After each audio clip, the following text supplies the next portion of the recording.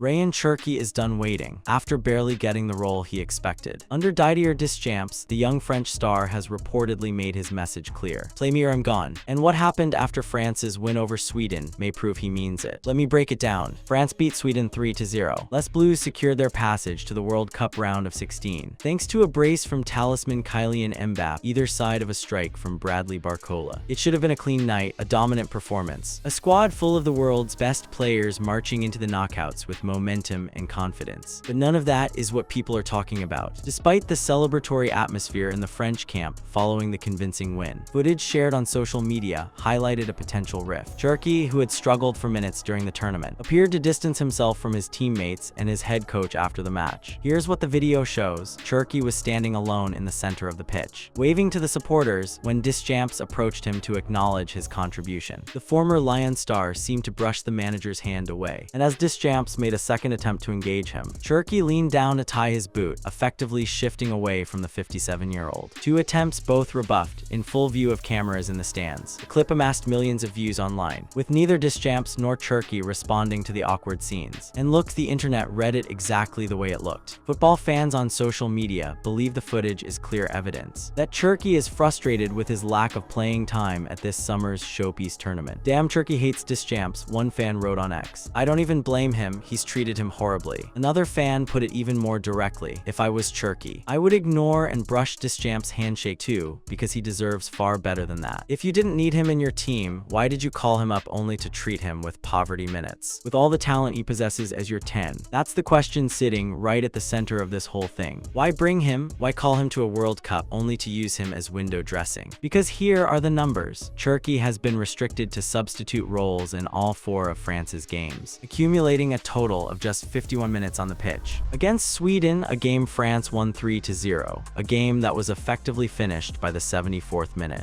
Cherki only came on for the final 5 minutes, despite the fact the tie had been wrapped up when Mbappé made it 3-0. Deschamps waited 11 more minutes before bringing on Cherki and Jean-Philippe Mateta for Michael Olise and Mbappé respectively. 5 minutes in a dead rubber, that's what the Manchester City number 10 got. Before that, Cherki played the final 25 minutes in France's 4-1 win over Norway. In the game before that, against Iraq, he came on in the 68th minute. And in the opening match against Senegal, he replaced Desire Dow in the 87th minute. So let's lay it out plainly. Across 4 World Cup matches, 87th minute, 68th minute, 25 minutes of the Norway game, 5 minutes against Sweden.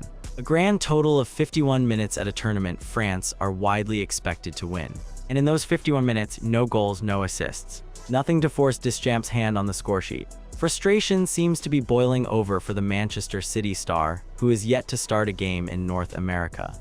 And the thing is, this isn't the first time Cherki has been made to feel invisible by the people who are supposed to be managing his development. There is a pattern here, a recurring story that goes back years. And to understand why that cold shoulder felt as heavy as it did, you have to understand where this kid has come from and what he's already had to fight through just to reach this point. Mathis Ryan Cherki was born on 17 August 2003 in Lyon, France, and is of Algerian and Italian descent. Growing up in the Lyon suburbs as the third of 5 brothers, football was part of daily life from an early age. In a 2017 interview, Ryan recounted how his father sparked his love for the game, recalling a moment when, at age 6, he began juggling a ball in a parking lot near Gerland, catching the eye of Lyon's recruiter Gerard Bono. That's how it started, a parking lot, a ball. A 6-year-old who couldn't stop moving his feet.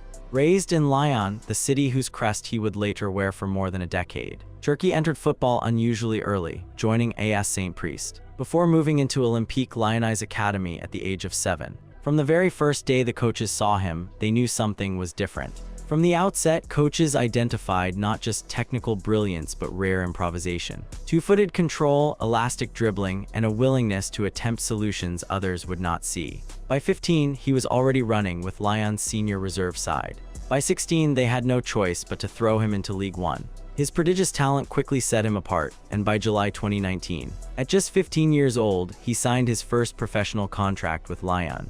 3 months later, on October 19, 2019, he made his senior debut against Deschamps, becoming the club's second youngest debutant, at 16 years and 63 days. And then immediately, the record started falling. In January 2020, at 16 years and 140 days, he became the youngest ever goalscorer for Lyon's first team. At 18 years and 60 days, he became the youngest player to make 50 official appearances for Lyon. People were already making comparisons that seemed absurd for someone that age. At the age Cherki was when he made his first team debut. Mbappé was still over 9 months away from his first taste of senior action with Monaco. That tells you everything about how precocious he was. Mbappé, the most celebrated French footballer of his generation, was actually slower to arrive at the senior level than Cherki. There's a story that captures all of this perfectly. Ryan Cherki was just a boy when Lyon's former academy director Jean-François Vullies asked him about his targets. The reply: to win the Champions League and the Ballon d'Or. Not "I want to play in League One," not "I want to make the first team," the Ballon d'Or. At 12 years old, and his coaches didn't laugh at him, they believed him. His former first coach described him this way: Ryan Cherki is Ryan Cherki. It's like Zidane or Mbappé, there's only one. And Thierry Henry, who managed him at France U21 level, put his two-footedness in a category of its own. I have never seen a player in history who dribbles as quickly as him with both feet. Never in history. That's Thierry Henry saying that. But here's the thing about being a prodigy. The world expects you to be finished before you've barely begun. And Lyon's system, for all its love of Cherki, couldn't protect him from the turbulence that was coming. Consistency took time. Across several seasons, Cherki rotated between flashes of brilliance and periods on the fringes, as tactical discipline and physical development lagged behind his imagination. And then, just before his breakout moment, things got messy. Named in France's 2024 Olympic Games squad, he started just one of their 6 matches and only played for a few minutes from the bench. Then, on his return to club duty, he was frozen out of training with Lyon's first-team squad. Put in the loft, as the French say, until a contract dispute was resolved, returning only in late September. Frozen out at 20 years old by his own club. And before that, benched at the Olympics, watching France reach the final from the sidelines. Sound familiar? Because the pattern of Ryan Cherki being kept waiting by clubs, by coaches, by systems is not new. It's the story of his entire career. Everything shifted in the 2024-25 season. After extending his Lyon contract, Cherki finally delivered a campaign that aligned reputation with production, and the numbers he put up that season were not just good. They were historic. He finished as League One's top assist provider with 11, earned selection in the UNFP Team of the Year, and won the inaugural League One Dribbler of the Year award. In Europe, his influence was even sharper: 8 assists in the UEFA Europa League, making him the competition's top creator as Lyon reached the quarterfinals. UEFA named him Young Player of the Season and included him in the Team of the Season. 8 assists in the Europa League, a record for any player in a single season in that competition. At 21, for a club that was fighting financial chaos and the threat of relegation, he produced consistently effective performances, playing a decisive role as Lyon finished 6th in League One and reached the UEFA Europa League quarterfinals. He almost single-handedly dragged that club into European relevance, and the entire continent took notice. Manchester City certainly did. On 10 June 2025, Manchester City confirmed his signing on a 5-year contract. The deal, reported at €36.5 million with potential €6 million in add-ons, and a 15% sell-on clause, reflected both belief and caution. This was a player with extraordinary upside entering a system that demands precision. Pep Guardiola doesn't spend money on noise. He spends money on players he believes can function inside one of the most complex tactical systems in world football. Signing Cherki was a statement. By August, following Jack Grealish's loan move, City handed him the number 10 shirt. A symbolic statement of trust. The number 10 at Manchester City, that shirt carries history. And they gave it to the 21-year-old from the Lyon suburbs without hesitation. He repaid them immediately. He scored his first City goal at the FIFA Club World Cup against Al Ain, then made an immediate Premier League impact by scoring on debut in a 4-0 away win over Wolverhampton Wanderers. And his teammates were stunned by what they were watching in training every day. Warren Zaïre-Emery, one of PSG's brightest young stars, spoke about Cherki in terms that stopped people in their tracks. "I don't think he impresses only me, he impresses many people. Sometimes he has moves, he himself doesn't know what he's doing. It's just genius. When you have a player like Ryan, you have to give him the balls. He is all the time decisive." And Erling Haaland, a man who doesn't dish out compliments for the sake of it, described watching Cherki up close and reaching for the highest comparison he could think of. "He has this kind of special ability which is difficult to explain, a little bit like Kevin De Bruyne. Like De Bruyne, the man widely considered the greatest assist maker of his generation. That's who Haaland reached for. At 22 years old, Cherki is perhaps the most naturally gifted of the three. Him, Barcola, and Dow when the ball is at his feet. He is the kind of player who can produce something. That simply does not belong in a coaching manual, an instinctive dribbler with two-footedness. That gives defenders very little to read. His debut Premier League season at Manchester City confirmed what Lyon fans had known for years, that he is an elite creative talent capable of performing at the very highest level. Cherki registered 11 goals and 16 assists across 52 appearances for City in all competitions, a contribution that helped establish him as one of the most impactful players in the league. He was officially named on the shortlist for the 2025-26 PFA Players Player of the Year award, joining teammate Erling Haaland. His inclusion on the list alongside established stars like Bruno Fernandes and Declan Rice highlights just how quickly he ascended to the pinnacle of the European game. This is who Deschamps is giving 5 minutes to in a World Cup group stage game, and yet the bench, again, the bench. Here is the brutal reality of Ryan Cherki's situation with France. It is not that Deschamps doesn't rate him. It's that Deschamps has assembled a squad so stacked with attacking talent that even a player of Cherki's level gets lost in the pile. The wealth of attacking options at Deschamps' disposal has made it difficult for Cherki to break into the first eye, with Michael Olise shining in the number 10 role, and the likes of Bradley Barcola and Desire Dow also competing for places. The creative midfielder has found himself as the odd man out in a squad widely considered the tournament favorites. Think about that competition. Olise, who had a monstrous season at Bayern Munich, Barcola, who has thrived under Luis Enrique at PSG, and Desire Dow, who just finished one of the most complete young seasons in European football. Dow, at just 21 years old, had 2 straight seasons that were almost impossible to argue with, having finished the 2024-25 campaign with 16 goals and 14 assists in 62 appearances for PSG, earning both the UEFA Champions League Young Player of the Season and League One Young Player of the Season awards. Unlike Cherki, Dow is comfortable playing on either flank, and has shown he can perform in tight, high-pressure matches without his level dropping. And for Deschamps, who is a manager obsessed with tactical flexibility and defensive responsibility, that versatility matters enormously. Barcola brings pace and directness that Cherki and Dow don't quite replicate in the same way. He is a runner who can hurt teams in behind, which is especially valuable in a World Cup where defensive blocks are common and space on the counterattack is often the best opportunity available. His understanding of the system at club level, playing alongside Dembele and Dow and Luis Enrique's PSG, means he has already developed chemistry with several of his international teammates. So every player ahead of Cherki in the queue has something that makes an immediate tactical argument for them. Olise gives you creativity in the 10 role and has been doing it brilliantly. Dow gives you versatility and Champions League proven form. Barcola gives you pace and counterattacking threat.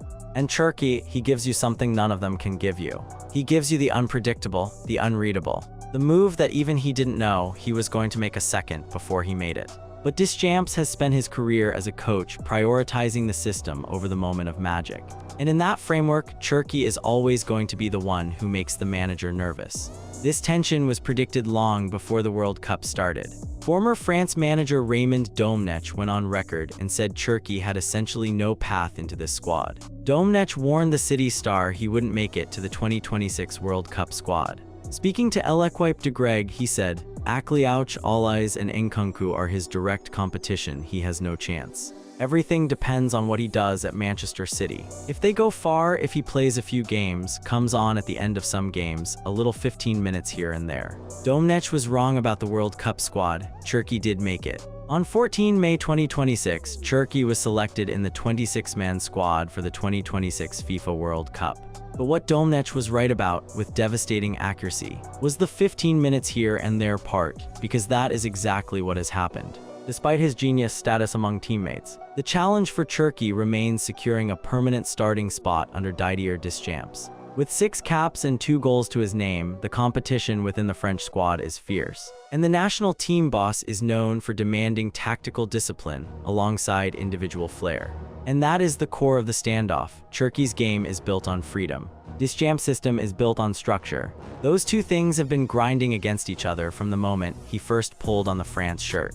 Cherki debuted for the French senior squad on 5 June 2025, scoring and assisting in a 5-4 loss against Spain in the Nations League semifinals. 3 days later, he earned his first start in a 2-0 victory against Germany in the same tournament. His debut was fireworks, literally. 63 minutes into France's semi-final against Spain, with Les Bleus trailing 5-1, Cherki came off the bench. In 30 dazzling minutes, he thrilled the fans in Stuttgart. He scored a stunning left-footed volley from outside the penalty area, set up a goal for Randall Kolo Muani with a perfectly placed in-swinging cross, and created danger on several other occasions through a range of flicks, passes, and dribbles. His maiden appearance was arguably the most breathtaking France debut since a certain Zinedine Zidane came off the bench to score twice against the Czech Republic in August 1994. Zidane, they compared his debut to Zidane's. And then Deschamps brought him off the bench for 5 minutes against Sweden. The gap between those two things, between that debut and that cold shoulder, is where all of this frustration lies. The cold shoulder against Sweden didn't happen in a vacuum. It was the overflow point of something that had been building for a long time, and the things happening around it made it even more loaded. Deschamps had returned to the dugout after missing the 4-1 win over Norway following the death of his mother. The Norway game was taken by assistant Guy Steffen, while Deschamps flew home to France for the funeral. When Mbappé opened the scoring against Sweden, he and the rest of the France players ran to celebrate with Deschamps in a wonderful tribute. It was a moment of genuine human warmth, the squad rallying around their manager in his grief. And then there was Cherki standing alone on the center circle, applauding the fans, brushing away the outstretched hand. Cherki was active on social media afterward, sharing pictures from the official France Instagram page, and then posting an image of the squad on the plane with the caption "Gang." So publicly, no fallout, no statement, no drama, just a photo on the plane, gang.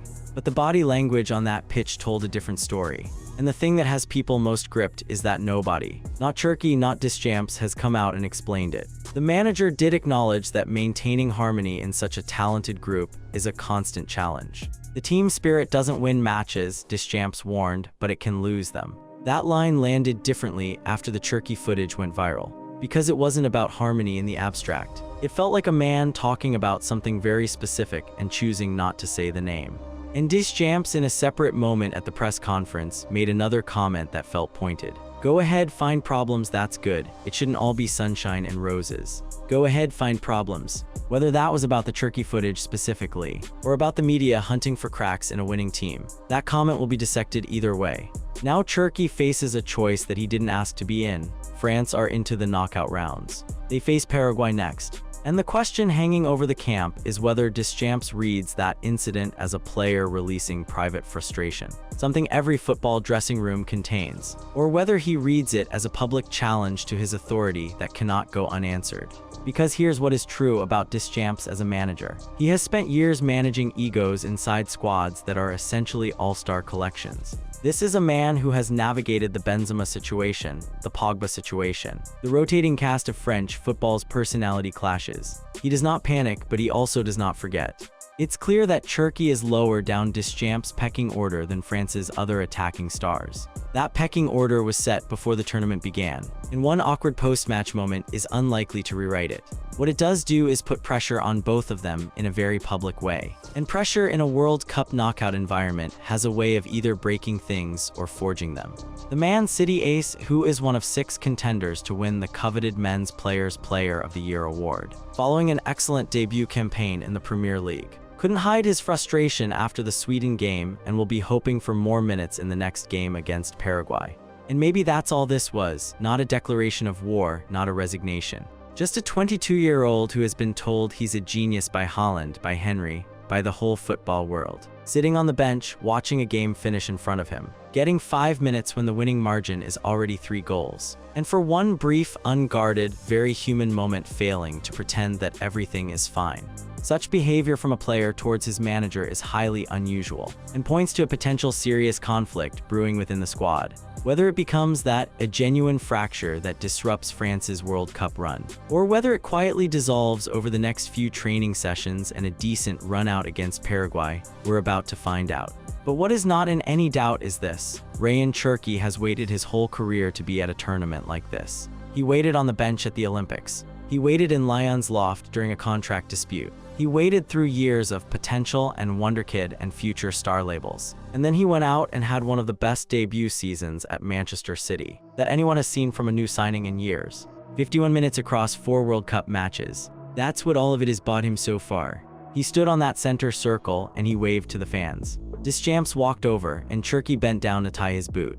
Maybe that says everything, maybe it says nothing.